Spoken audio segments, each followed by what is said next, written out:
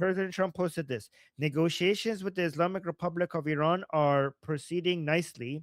It will only be a great deal for all or no deal at all. Back to the battlefront and shooting, but bigger and stronger than ever before, and nobody wants that.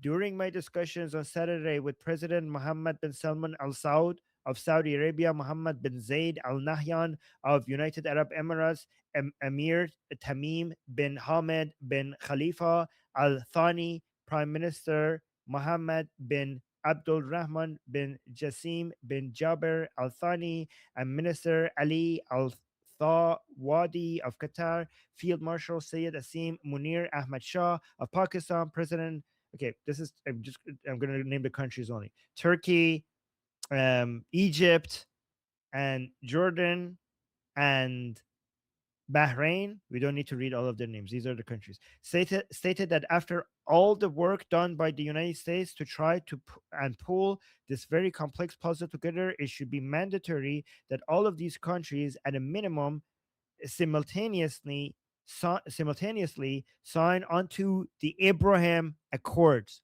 This is a big deal. President Trump is now talking about the Abrahamic Accords. Okay, those countries discussed are Saudi Arabia. So these are the countries that should come join the Abrahamic Accords. Those countries discussed are Saudi Arabia, the United Arab Emirates, in parentheses, already a member, Qatar, wow, Pakistan, Turkey, Egypt, Jordan, and Bahrain. Bahrain is also already a member. It may be possible that one or two have a reason for not doing so, and that will be accepted, but most should be ready, willing, and able to make this settlement with Iran as Iran a far more historic event than it would otherwise be. The Abrahamic Accords have proven to be, for the countries involved, the United Arab Emirates, Bahrain, Morocco, Sudan, and Kazakhstan, a financial, economic, and social boom, even during this time of conflict and war, with the current members never even suggesting leaving or taking so much as even a pause. The reason for this is that the Abrahamic Accords have been great for them and will be even better for everybody, and bring true power, strength, and peace to the Middle East for the first time in 5,000 years. It will be a document respected like no other that has ever been signed anywhere in the world. Its level of importance and prestige will be unparalleled. It should start with the immediate signing by Saudi Arabia and Qatar, and everybody else should follow suit. If they don't, they should not be part of this deal, in that it shows bad intention. In speaking to numerous of the great leaders mentioned above, they would be honored as soon as our document is signed to have the Islamic Republic of Iran as part of the Abrahamic Accords. Wow, now that would be something special. This would be the most important deal that any of the great but always in conflict countries will ever sign. Nothing in the past or in the future will surpass it. Therefore, I am mandatorily requesting that all countries immediately sign the Abrahamic Accords, and that if Iran signs its agreement with me as President of the United States of America, it would be an honor to have them also be part of this unparalleled world coalition. The Middle East would be united, powerful, and economically strong, like perhaps no other era anywhere in the world. By copy of this truth, I am asking my representatives to begin and successfully complete the process of signing these countries into already historic Abrahamic Accords. Thank you for your attention to this matter. Donald J. Trump, President of the United States of America. Okay, so just a really quick few points.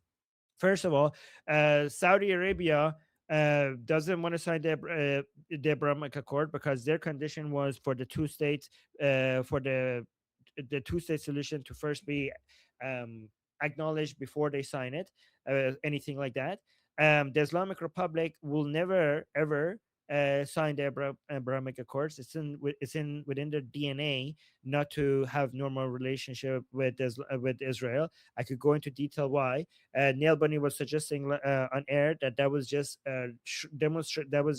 President Trump trolling the Islamic Republic as a way to demonstrate that they're not a normal state. and they're not civilized to do something like this. This, if anything like this ever happens, this would be the end of not just the Palestinian cause, but Palestine as a movement, at Palestine as the dreams of Palestine as a country will be gone forever if the Arab countries normalize relationship with Israel without the condition to recognize the Palestine as a nation state. It would end that forever. This will obviously be very historic if it happens. My suspicion that I want you guys to consider is what happened was President Trump was ready to go to war with the Islamic Republic on Friday. The Arab countries around the Persian Gulf, some of them wanting for the wanting the war, some of them not wanting them, but all of them were not ready. Even the ones, even the UAE, who wants the Islamic Republic to be toppled by the Americans and Israelis, were not ready to defend itself because their estimation was that the Islamic Republic has too many missiles and drones right now, and if the Islamic Republic gets close to a collapse, the unloading of missiles and drones upon Dubai will be even more than before, and that's not something that they're ready for. So the UAE was like, this is not like, we need more time. You need to, or either we need more time or you need to protect us more. Saudi Arabia was not ready for this because it was right before Hajj, and Saudi Arabia is desperate for Hajj money. That is a major source of their revenue, especially because they're um, very eager for non-oil revenue for the diversification. So that has always been a major source of their revenue. And this year, if right at the beginning of Hajj, we had war coming up, they asked President Trump to pause. This might suggest that President Trump intentionally signaled to start a war when they were not ready, so that they come begging for a pause as a way for President Trump showing to them that he has leverage over them, as a way to get them to be desperate enough to sign the Abrahamic Accord without any conditions regarding Palestine. Um, if this is what's happening, I think it's very clever because President Trump could leave the Arab countries without enough protection and go to war with the Islamic Republic, leaving the Arab countries vulnerable. And maybe the only way these Arab countries could stop that from happening is to sign the Abrahamic deal. I think if that's what is being done, I don't know if that's what is being done, but if that's what's being done, it's a very smart play. So I would like to hear your opinions on that. Okay, first to respond is actually me. My first thought about listing all of those cooperating nations, world pressure. I mean, making a full-on list of every single person who's willing to come to the table is just highlighting who isn't ready to come to the table, right? And there is social pressure there. But whether it's putting it in the face of allies who haven't come and helped as much as we would have appreciated, showing like, look, all of these Arab nations are coming, recognizing a problem, want to be part of the solution. Where are you? But my brain can't even go to whether this isn't the win. And I don't even like him mentioning the fact that like Iran could be part of this. Iran under its current administration can be part of nothing on this planet. So not an accord, not a spit shake, not pinky promise, nothing. So that I am beyond hearing about that. But also I want to highlight that Hamas attacked at very specific timing for a very specific reason. They did not like Saudi Arabia talking with Israel, whether it was Abraham Accords or making their own deal. They were closer than ever.